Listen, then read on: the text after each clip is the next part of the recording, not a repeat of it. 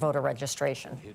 And they ignored it for a long time, I think. As I said, there was a net of 425,000 new Republican registrations in Pennsylvania in the last year and a half. And that may be about the margin that Donald Trump wins the state, or at least, and probably less, you know, which means that, you know, Kamala Harris has gotten some Republican votes. That is probably the number 1, 2, and 3 reason why Donald Trump has done so well there. But also, I think, you know, as we've seen, a reduced turnout in the major cities. We saw it in Atlanta. We're seeing it in Milwaukee. We see it in Detroit. And we're seeing it in Philadelphia. She's just not been able to get the margins. And, you know, that's an enthusiasm issue.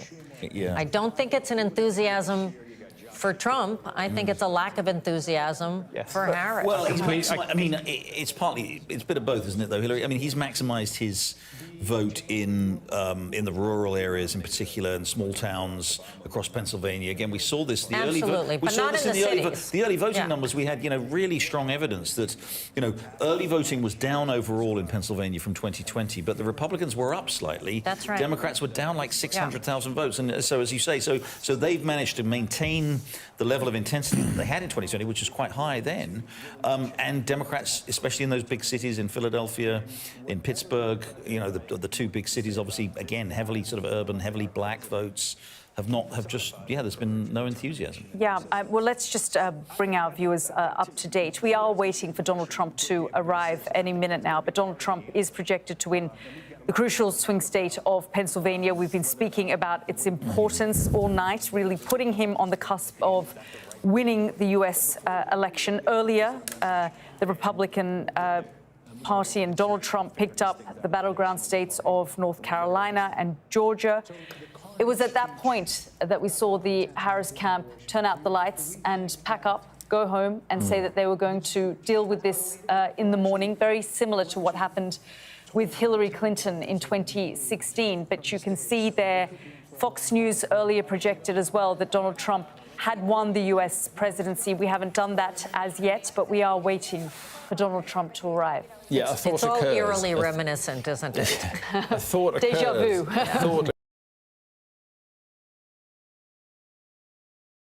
And about the assassination attempt and the photograph that emerged afterwards with Donald Trump, fist in the air, American flag behind him, blue sky, Secret Service agents, blood on his face. And it was this image of defiance, which kind of almost summed up what Donald Trump, you know, stands for.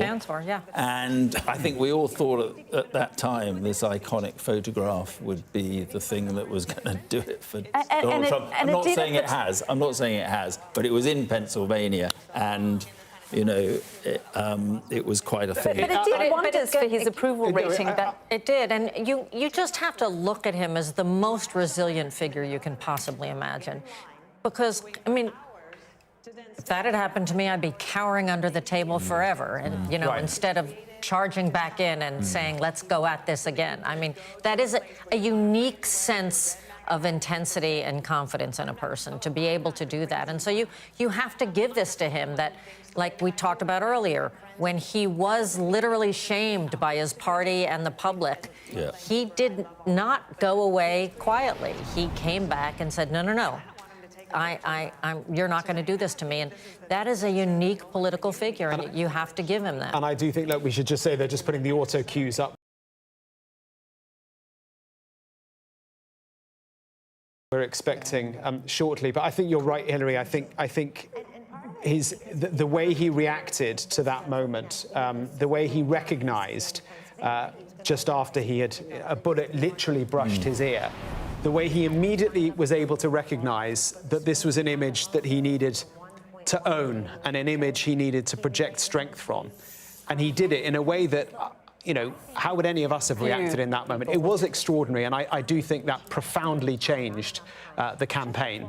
In the short term, it changed it because it propelled him into his convention, which which felt at times we were there not like the Republican Party convention, but the Trump convention. And he does understand the importance of those images, you know, when he put his fist up and he started to say, fight, fight, fight. But throughout this campaign, I mean, the appearance at McDonald's, for example, you know, the garbage truck following Joe Biden's remarks about his supporters being garbage, turning up in a garbage truck. He has capitalized on all of these key moments. But at the same time, he is, like we were just saying a few days ago, that he's engaged in so much self-sabotage over the course of the past week. I mean, the Madison Square Garden event was a disaster. Yeah. And if things had gone the other way tonight, we would be talking about that moment as having been one of the reasons why he didn't win. So he manages to cock it up quite a lot. But and they say that in the background, his campaign team has been divided, in a state of disarray at times. I think at the beginning of his campaign, people were saying it was very organised compared with the last one. But certainly in the latter half of the campaign, there have been divisions within his own team about how he should be doing things.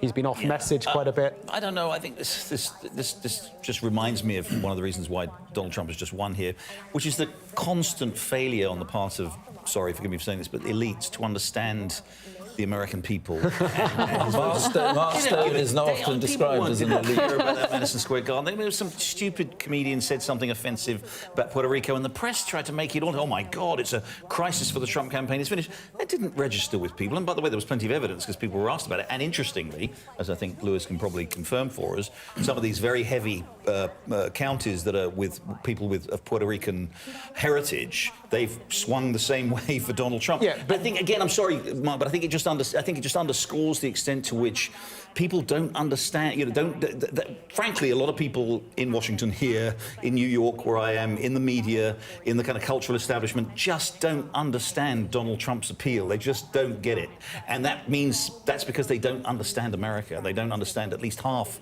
of this country, and it's probably because they don't really spend any time with those people, and they don't share the values of those people, whether it's religion or, you know, their sense of their pride in their heritage and all of that kind of stuff, the fact that, and all the challenges that those people face either. I don't think people understand it. And Trump absolutely instinctively gets it. And so, you know, whether someone says something offensive at a rally in Madison Square Garden, which, by the way, is ridiculously, and another thing, again, which shows how out of touch they are, is, you know, describing this as like your Nazi rally. I mean, it was absurd. I mean, Madison Square Garden is host to, you know, events every single week. It's not all 1930s Nazis.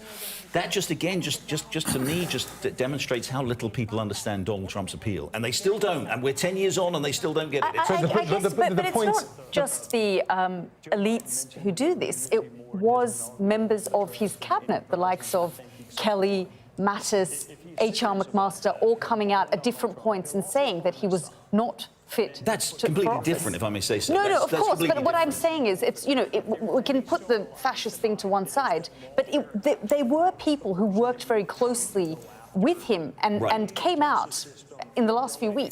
But if I may say so, that's completely different. I mean, again, Donald Trump's character is, and people who work with him, yeah, absolutely true. Many of them who work with him have a very, very low opinion of him. Actually, you could argue that most people who work with him, both in the private sector and in government, end up having a pretty low opinion of him. But that is different from failing to understand his appeal, the language that he uses, the topics he talks about, the way he connects with American people.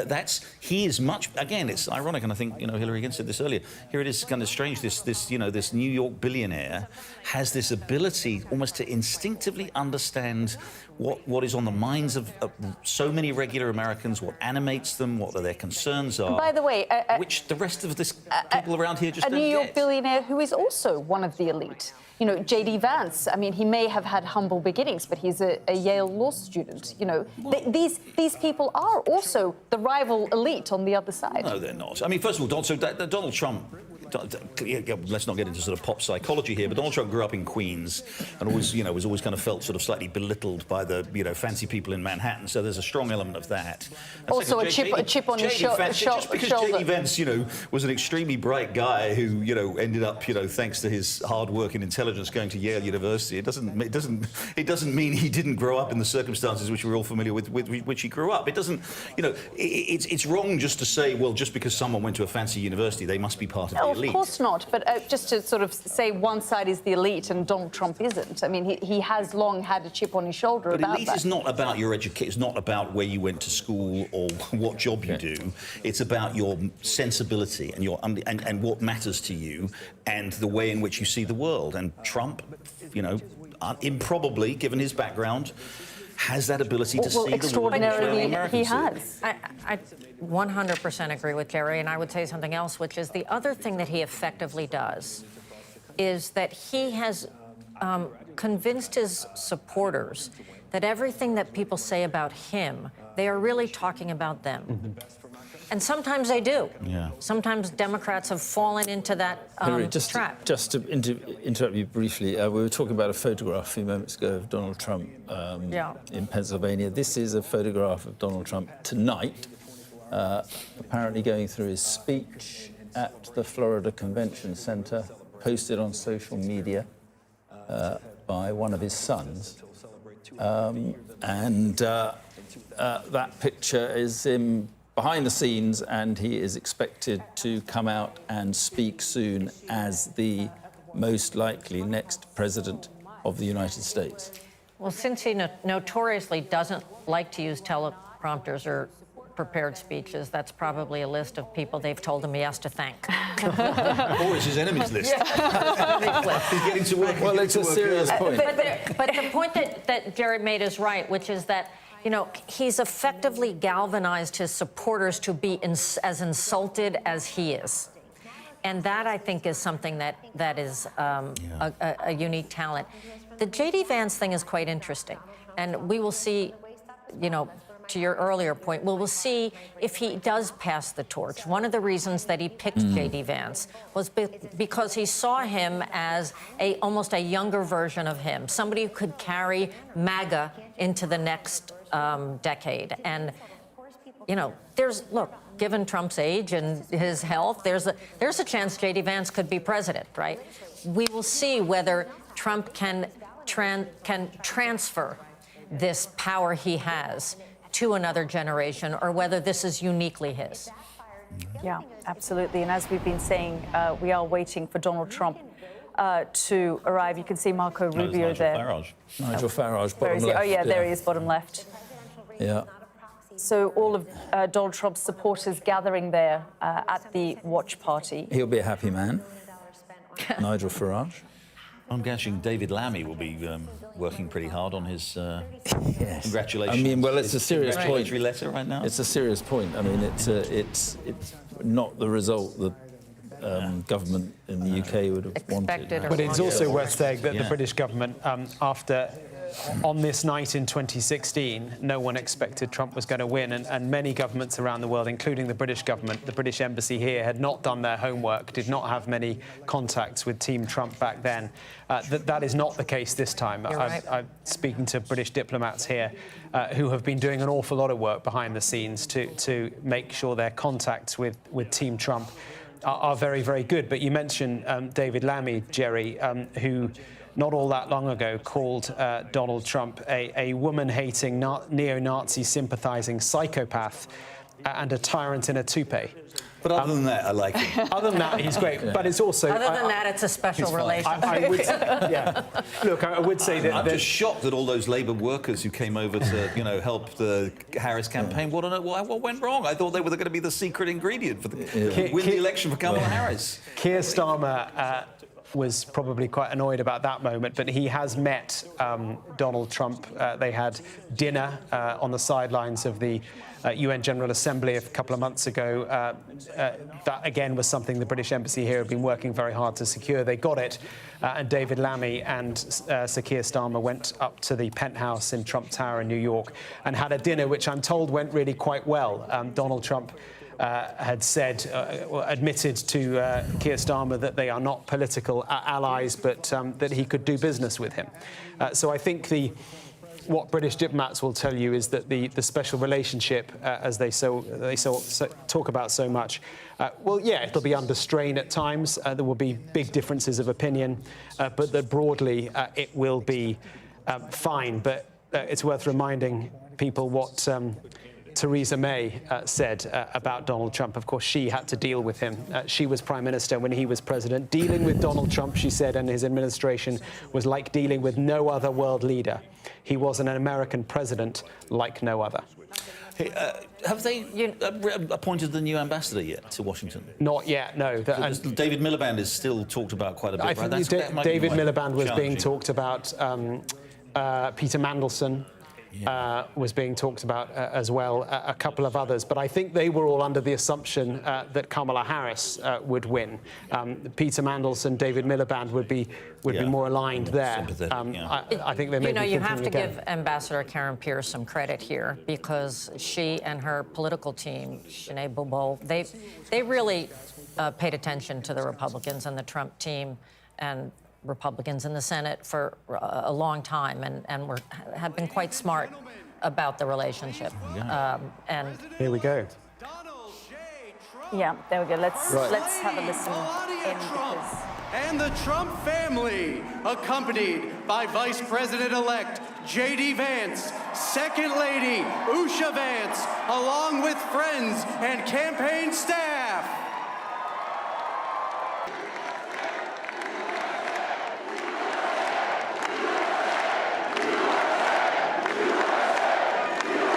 Well, I want to thank you all very much. This is great. These are our friends. We have thousands of friends on this incredible movement. This was a movement like nobody's ever seen before. And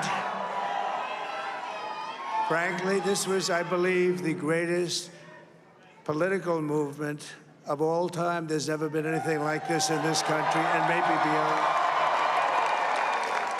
And now it's going to reach a new level of importance, because we're going to help our country heal. We're going to help our country heal. We have a country that needs help, and it needs help very badly.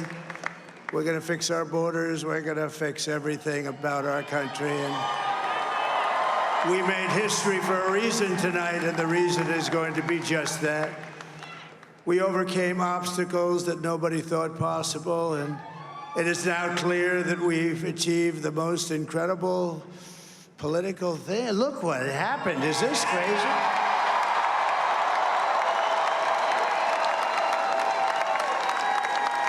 But it's a political victory that our country has never seen before, nothing like this. I want to thank the American people for the extraordinary honor of being elected your 47th president and your 45th president. And every citizen, I will fight for you, for your family, and your future. Every single day, I will be fighting for you, and with every breath in my body, I will not rest until we have delivered the strong, safe, and prosperous America that our children deserve and that you deserve. This will truly be the golden age of America. That's what we have to have. This is a magnificent victory for the American people that will allow us to make America great again. And in addition to having won the battleground states of North Carolina, I love these places, Georgia, Pennsylvania, and Wisconsin, we are now winning in Michigan, Arizona, Nevada, and Alaska, which would result in us carrying at least 315 electoral votes. But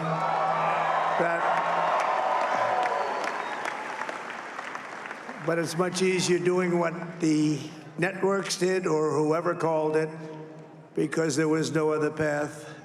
There was no other path to victory. We also have won the popular vote. That was great. Very proud of that.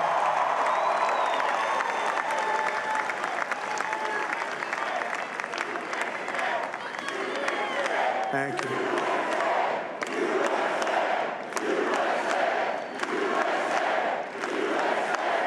Thank you very much. Thank you.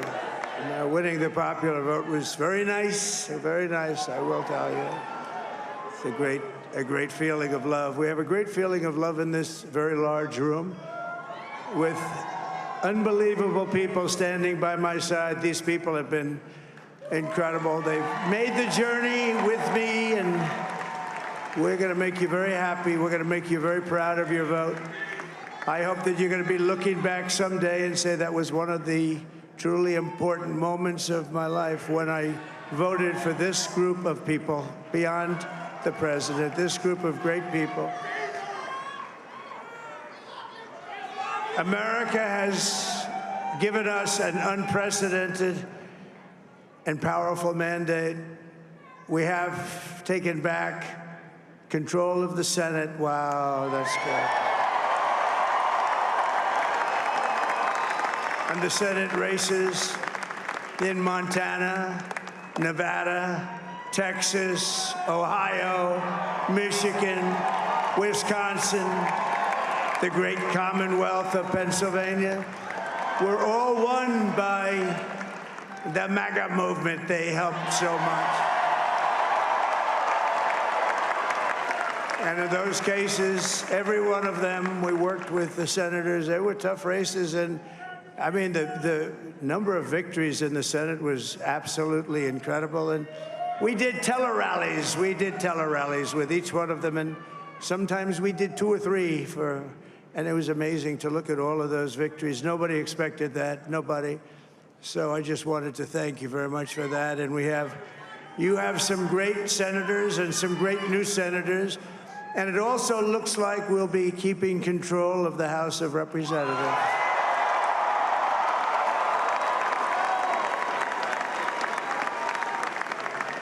And I want to thank Mike Johnson. I think he's doing a terrific job, terrific job. I want to also thank my beautiful wife, Melania, First Lady.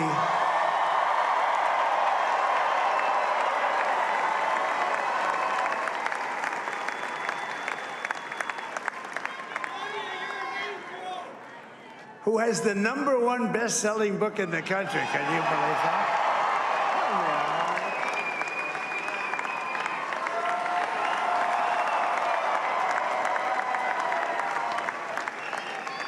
Oh, no, she's done a great job, works very hard to help people. So I just want to thank her. But I want to thank my whole family, my amazing children, and they are amazing children. Now, we all think our children are amazing. Everybody here thinks their children are amazing, but that's a good thing when you think they are. But Don, Eric, Ivanka, Tiffany, Barron, Laura, Jared, Kimberly, Michael, thank you all. What a help. What a great.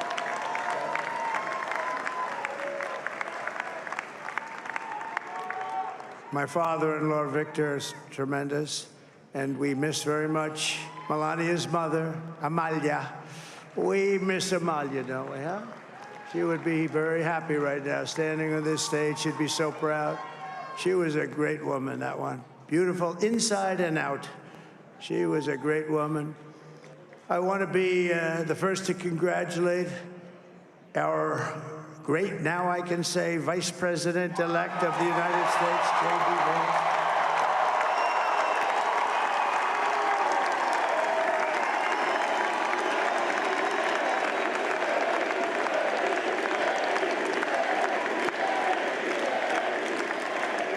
And his absolutely remarkable and beautiful wife, Usha Vance. And he is a feisty guy, isn't he? You know, I've said, go into the enemy camp. And you know, the enemy camp is certain networks. And a lot of people don't like to, sir, do I have to do that? He just goes, okay. Which one? CNN, MSDNC?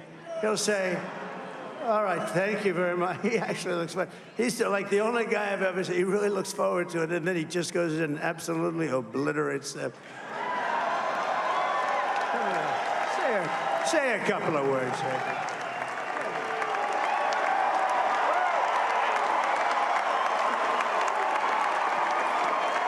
Wow.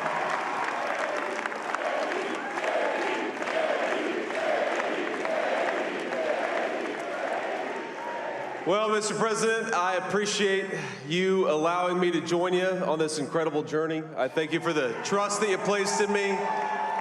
And I think that we just witnessed the greatest political comeback in the history of the United States of America.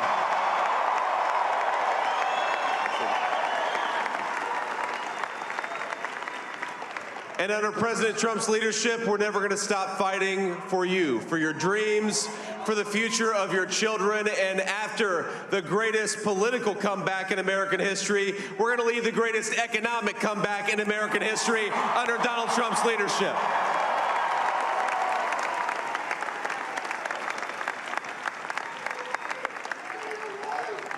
Thank you very much. He's turned out to be a good choice. I took a little heat at the beginning, but he was, I knew the brain was a good one, about as good as it gets. And we love the family, and we're going to have a great 4 years, and we're going to turn our country around, make it something very special. It lost that little thing called special. We have to make it so. We're going to make this so great. It's the greatest country and potentially the greatest country in the world by far. And right now, we're going to just work very hard to get all of that back. We're going to make it the best it's ever been. We can do that. If we had to wait longer, I don't know. It was going bad, and it was going bad fast. We're going to have to seal up those borders, and we're going to have to let people come into our country. We want people to come back in, but we have to let them come back in, but they have to come in legally. They have to come in legally. Let me also express my tremendous appreciation for Susie and Chris, the job you did. Susie, come here. Come here, Susie. Chris, come here, Chris. Susie likes to stay sort of in the back, let me tell you. The Ice Maiden, we call her the Ice Maiden. Come here, Chris. Come here, Chris. Susie likes to stay in the background. She's not in the background. Come here, say something. This wasn't expected, but I just want to thank, obviously, President Trump for this journey. It was a great one, and he's a hell of a candidate, and he's going to be a hell of a great 47th president. And this team that we had, the best team, and, of course, even my boss, Susie Wiles, the best. Thank you. Thank you, and thank you, Susie. Look at her, she's shy. I've never seen her be shy before. Susie. They're great. Everybody up here is great. Everybody up here is very special. But the Trump, who did you say? Oh, let me tell you, we have a new star. A star is born, Elon. Now he is. Now he's an amazing guy. We were sitting together tonight. You know, he spent 2 weeks in Philadelphia and different parts of Pennsylvania, campaigning. You know, he sent the rocket up 2 weeks ago, and I saw that rocket, and I saw it coming down. I saw it. When it left, it was beautiful, shiny white. When it came down, it didn't look so pretty. It was going 10,000 miles an hour, and it was burning like hell. I said, what happened to your paint job? He said, we've never made a paint that could withstand that kind of heat. And but I saw it come down and turn around. And it was, you know, it's like 22 stories tall, by the way. It looks a little smaller than that, but it's big. And it came down, and you saw that fire burning. And I'm saying, only Elon can do this. It must be an Elon. And I tell the story. I told it last night. I had a man on the phone. I had the screen muted, no sound. I was talking to a very important man, happens to be here. And that very important guy, one of the most important people in, I would say, the country, actually. But, you know, I was president, and now it looks like I was going to be maybe president again, so I figured I could ask him to hold. So I asked him to hold. And especially because you're going to be president again, they hold. So I took the phone down, and I'm looking at the screen. I'm seeing this crazy thing that's going around and coming down. It looks like it's going to crash into the gantry. And I said, oh, no. And I said, do me a favor, do you mind holding for a couple of minutes? I want to see this. I thought it was a space-age movie or something. I put the phone down. Bad part, I didn't pick it up for 45 minutes, and he was holding. But this spaceship came down, and I saw those engines firing, and it looked like it was over. It was going to smash. And then I saw the fire pour out from the left side, and I put it straight.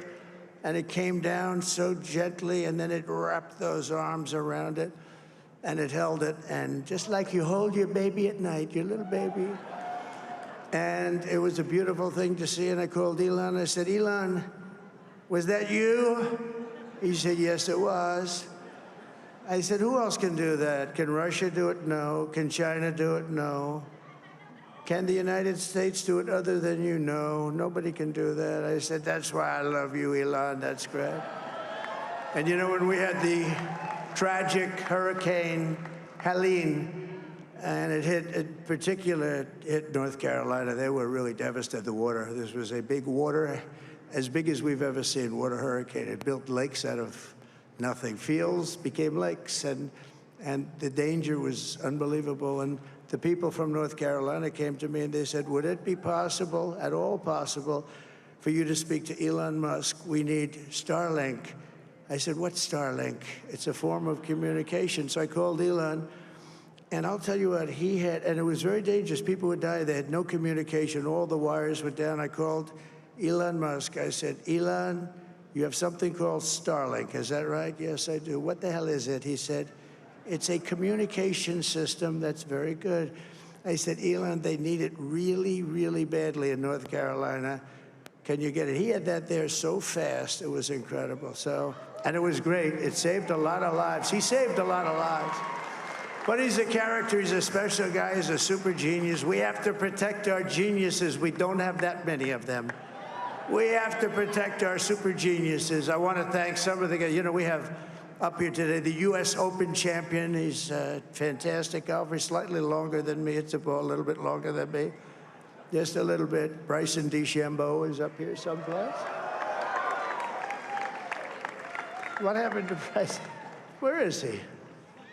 Bryson. Oh, he was shot. He's hitting balls. Oh, he's on the way.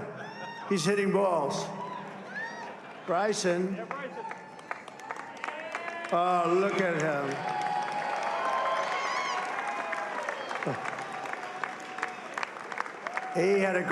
He's got a great career going. Great U.S. Open, Bryson. That's a fantastic job. And we also have a man, Dana White, who has done some job. He's a tough guy.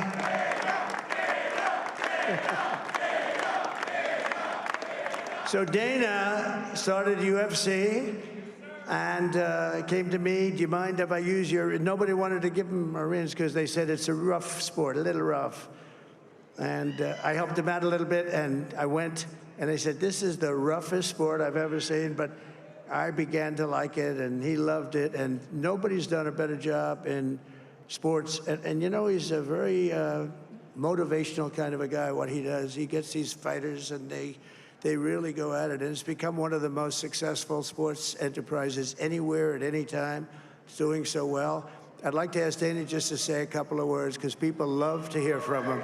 Dana,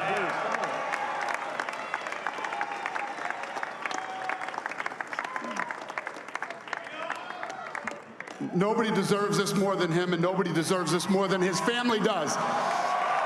This is what happens when the machine comes after you. What you've seen over the last several years, this is what it looks like. Couldn't stop him. He keeps going forward. He doesn't quit. He's the most resilient, hard-working man I've ever met in my life. His family are incredible people. This is karma, ladies and gentlemen. He deserves this. They deserve it as a family. I want to thank some people real quick. I want to thank the Nelk boys, Aiden Ross, Theo Vaughn, Bustin' with the Boys, and last but not least, the mighty and powerful Joe Rogan. And thank you, America. Thank you. Have a good night.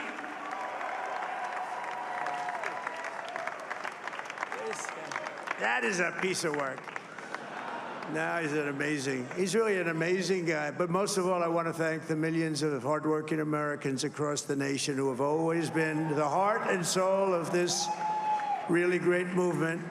We've been through so much together, and today you showed up in record numbers to deliver a victory like probably like no other. This was something special, and we're gonna pay you back. We're gonna do the best job. We're gonna turn it around. It's got to be turned around. It's got to be turned around fast, and we're gonna turn it around. We're gonna do it in every way, with so many ways, but we're gonna do it in every way. This will forever be remembered as the day the American people regained control of their country.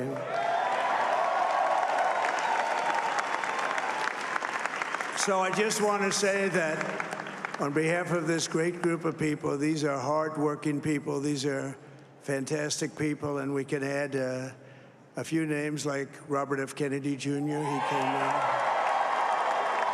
And he's going to help make America healthy again.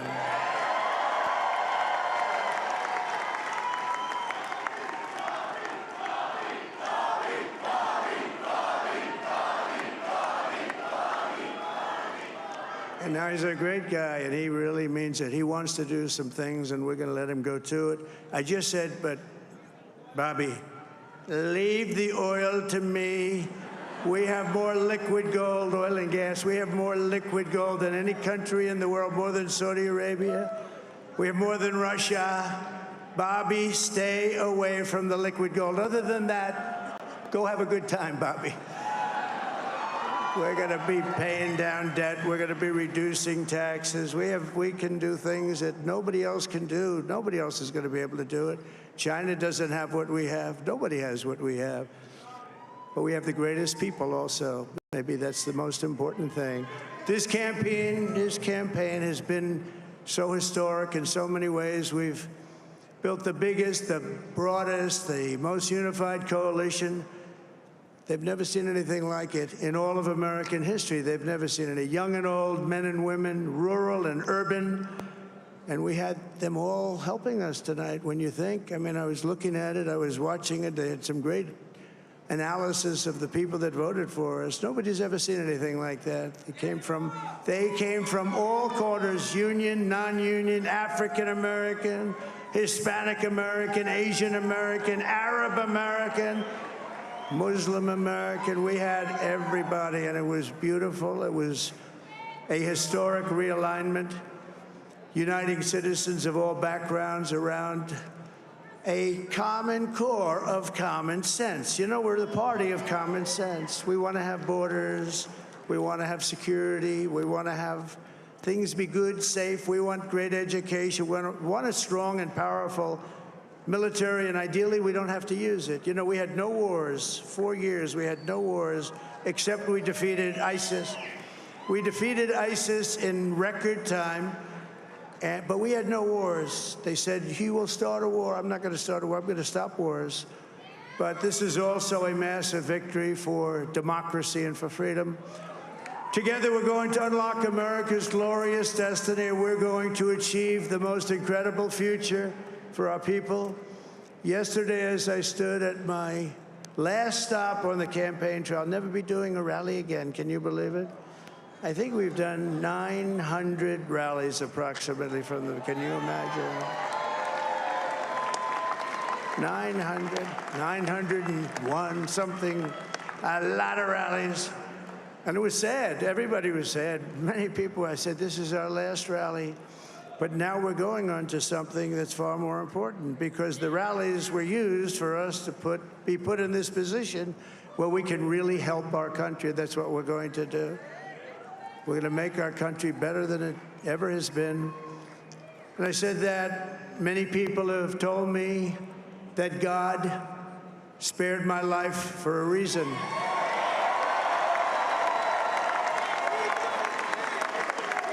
And that reason was to save our country and to restore America to greatness.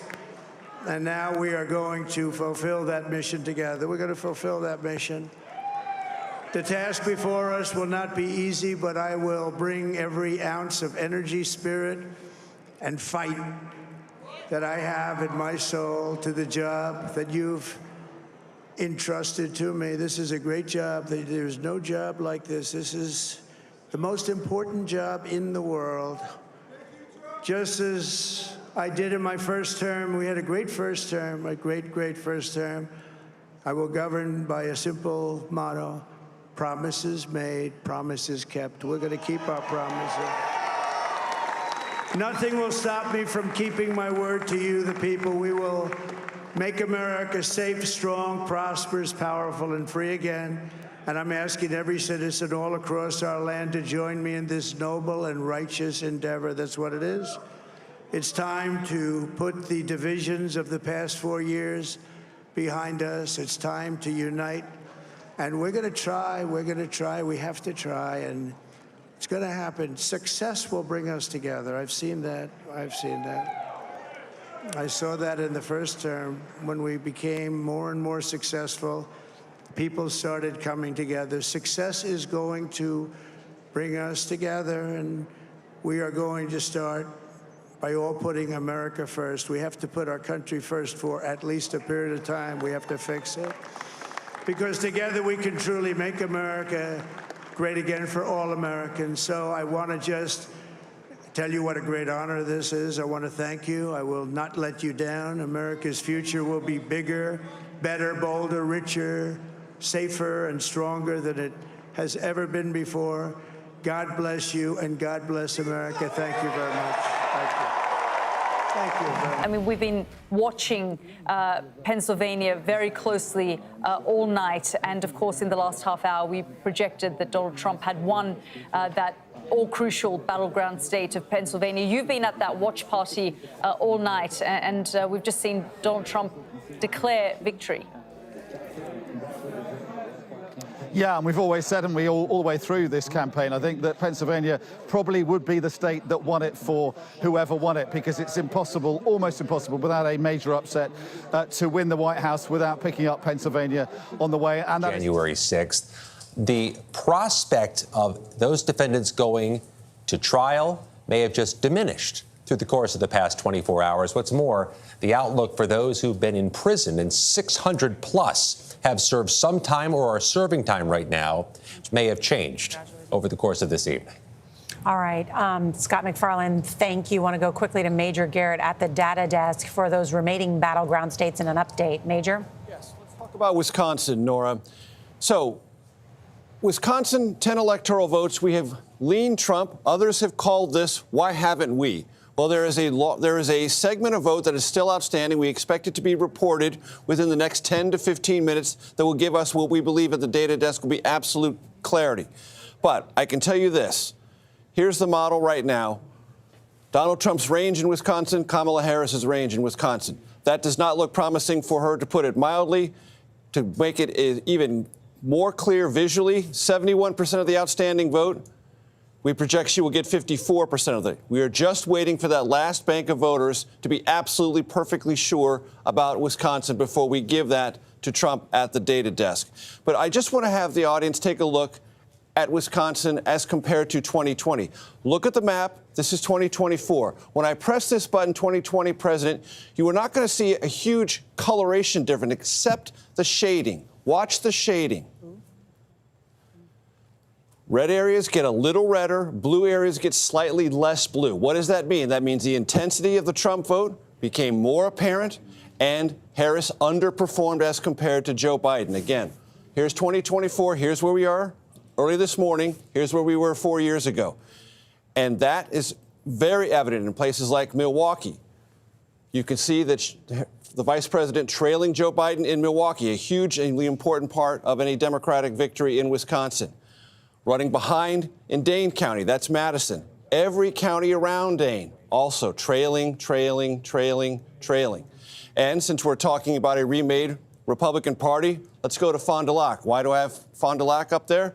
Ripon, Wisconsin is there, the modern home of the Republican Party. And Donald Trump overperforming what he did in 2020. So if it's a remade Republican Party, and the Republican Party at least traces some of its roots to Ripon, Wisconsin, well, even in that county, Trump is doing better this time around than he did 4 years ago.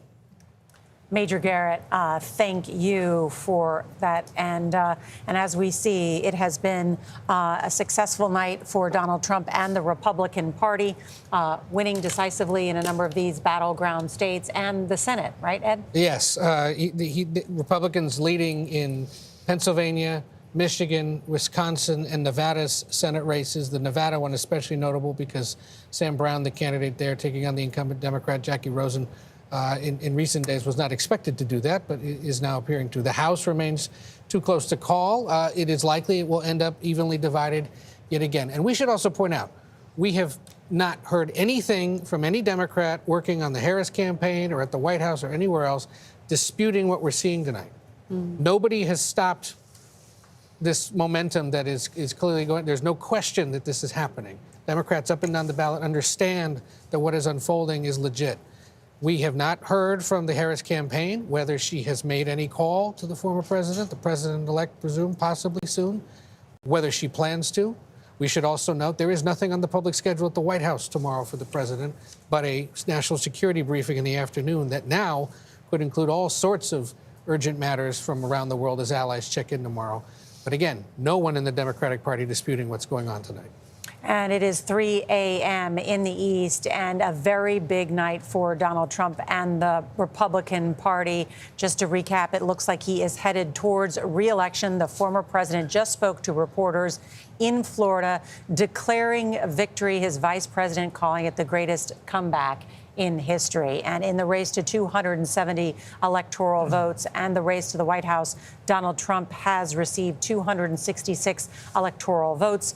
Kamala Harris, 216. You can see those white states. CBS News has not yet projected. Some of the states we are still awaiting final results from are Wisconsin. CBS News rates that battleground as lean Republican. Michigan, Arizona, Nevada are all toss-ups. And CBS News at this hour projects Kamala Harris will win the state of Minnesota, home to her running mate, Governor Tim Walz. CBS News also projects that Harris wins New Jersey. Several states voted on reproductive rights this election.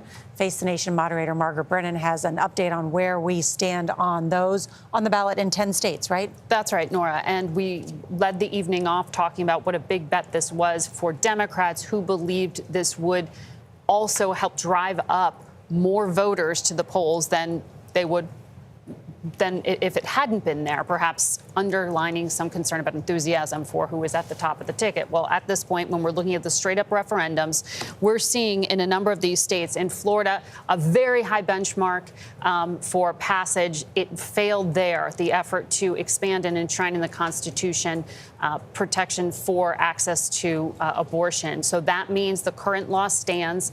It will be restricted after 6 weeks, after 15 weeks if you were raped. You saw some other measures there.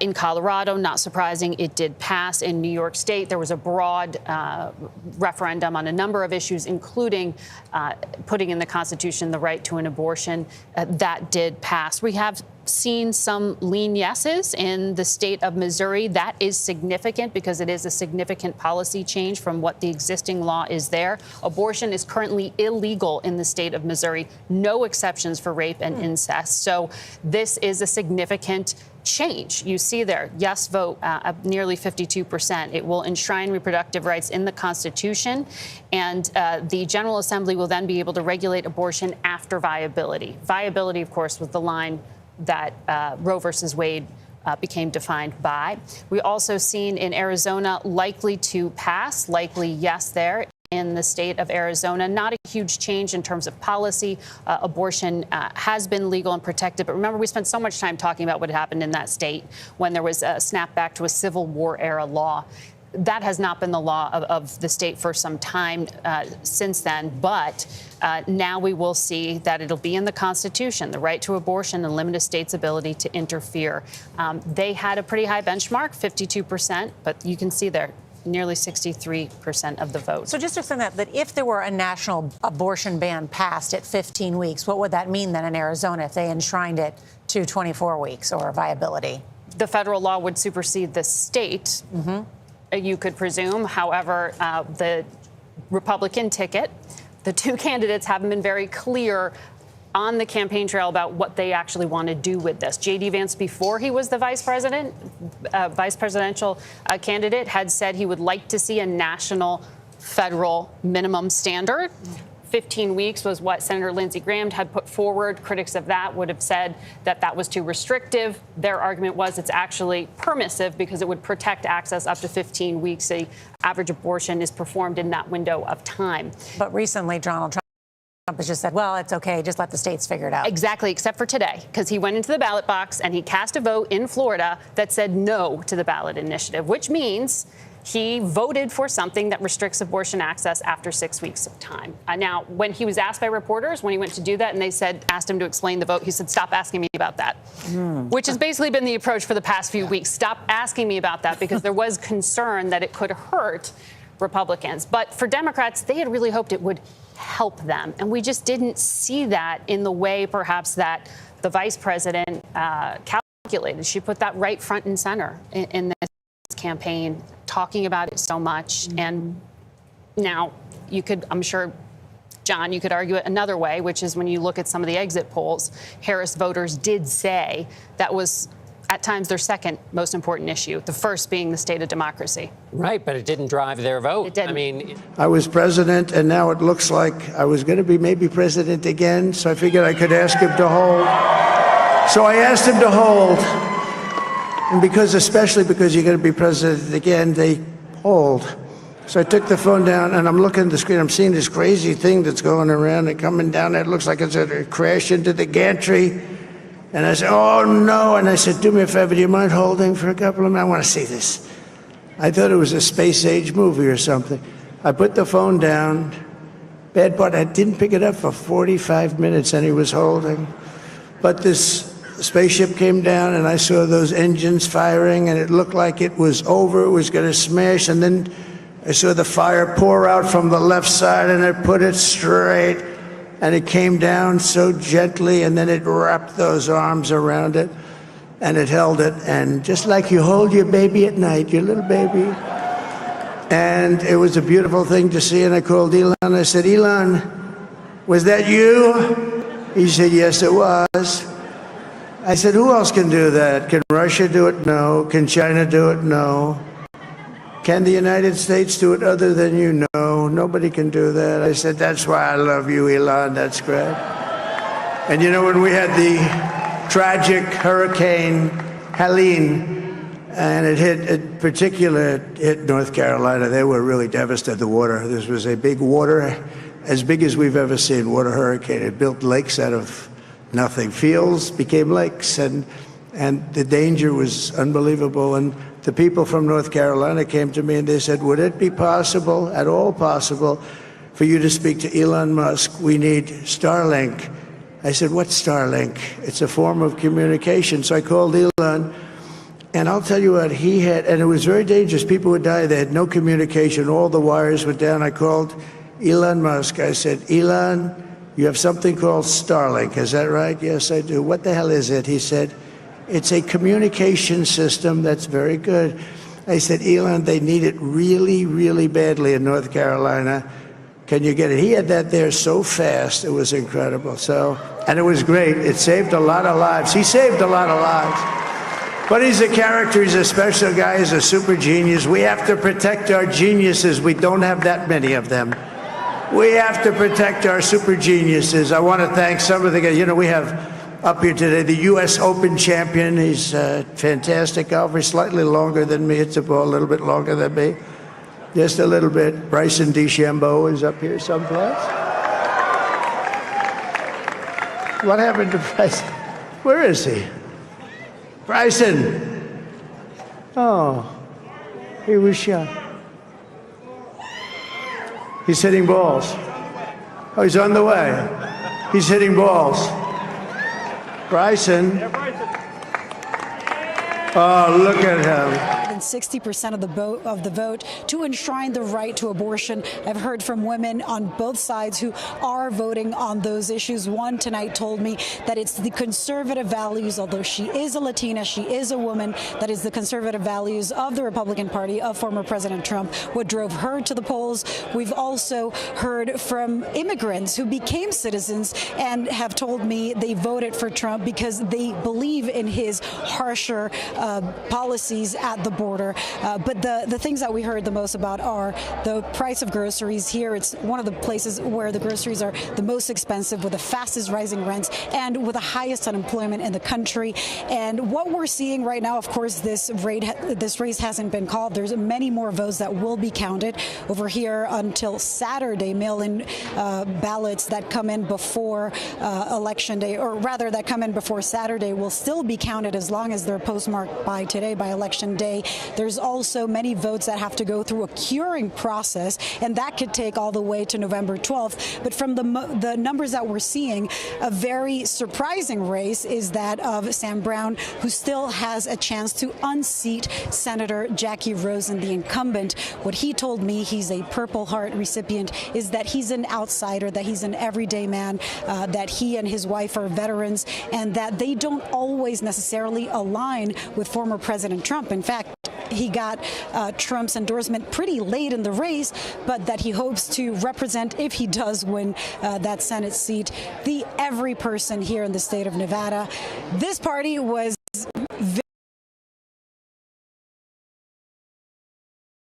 very lively up until just a few minutes ago. The music came down, but I'll tell you that there's a great deal of enthusiasm from Republican voters here at this Trump campaign party. Lilia Luciano in Las Vegas for us tonight. Thank you, Lilia. I also want to bring in David Becker, our CBS News election law contributor. And David, what do you expect in the days ahead? Yeah, just to kind of follow up on that reporting from Lilia and Chris. In Arizona, we're hearing from Maricopa County that there's likely somewhere in the range of, say, 650,000, 800,000 ballots that are still being processed and counted. That's going to take days to do. So there might be some margins there that can be made up. And then in Nevada, as Lilia reported, there's mail ballots that came in today. Those still need to be processed. There's these around 30,000, give or take, mail ballots that had a problem with them and still could be cured. They have up until November 12th. There's the mail ballots that could still come in through and including Saturday. So depending on how narrow the margins are, we might be waiting for a few days in the state of Nevada and obviously in the state of Arizona as well. All right, David Becker, thank you. All right, CBS News, America Decides Election 2024. We'll be right back.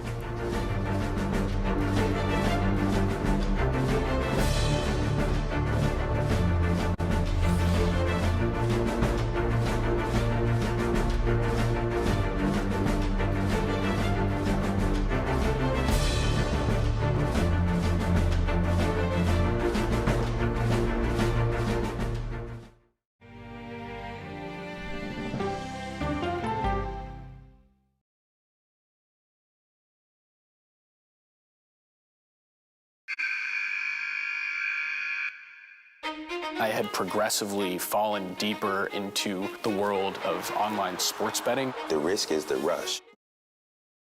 Good morning to you. Thank you for joining us. Morning. Where do you think this leaves the planet, then? Donald Trump back in the White House? Well, at least we have a pretty clear view of some of Donald Trump's thinking. He hasn't been shy about setting out his thoughts on the campaign trail, but many of those thoughts represent significant challenges, certainly for Europe, including the UK, on NATO, on the relationship with Russia, on support for Ukraine, and probably equally as importantly on trade, where some of what Mr. Trump has said sounds almost as aggressive towards his allies as it does towards China. So I think it's going to be deep breath time in Whitehall and in governments across Europe as they settle down to try to understand how this new administration is going to work. And of course, the UK has a new administration. as well, a Labour government. You're a Conservative Foreign Secretary. But what will be going on in the UK Foreign Office right now to try to adapt or readapt to Donald Trump being in government here in Washington? Well, I think there are two strands here. First of all, the Foreign Office will have been preparing for this for a very long time. They'll have been looking at the scenarios of each candidate winning, and they'll have briefings prepared for ministers across Whitehall. There is always a transition period after a US general election. First of all, the president won't be inaugurated until January. But because of the way the US system works, where thousands, tens of thousands. More smart conversation. More money-saving tips, more recipes. More uplifting ways to get you on your way. Plus, more sports, more weather. Clearly, more CBS mornings. Plus, giving you a snapshot of all the sports that matter to you. Eye on America, weeknights on the CBS Evening News.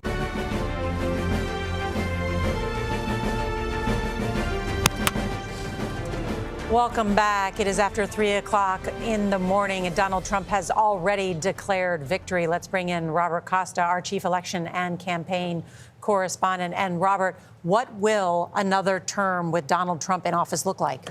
Nora, I've been speaking to my sources close to the former president. Spoke to him earlier today at length about how he envisions his presidency, which is on the horizon. New appointees to try to steer policy at the margin. We shouldn't exaggerate our ability to influence anything here, but at the margin to try to steer the administration's policies from things that could be very damaging to things that might be slightly less damaging. And I think, right now, at this very moment, the thing that will be preoccupying the Foreign Office and Number 10 most is where Sir Keir Starmer is on the list of people that the president-elect will speak to over the coming hours. And they will be very, very keen indeed to make sure that the historic relationship between the UK and the US is reflected in a suitable priority for a call between whoever is elected president and the UK Prime Minister. And Lord Hammond, we've talked about Ukraine and Europe. Of course, we need to talk about the Middle East as well, a crucial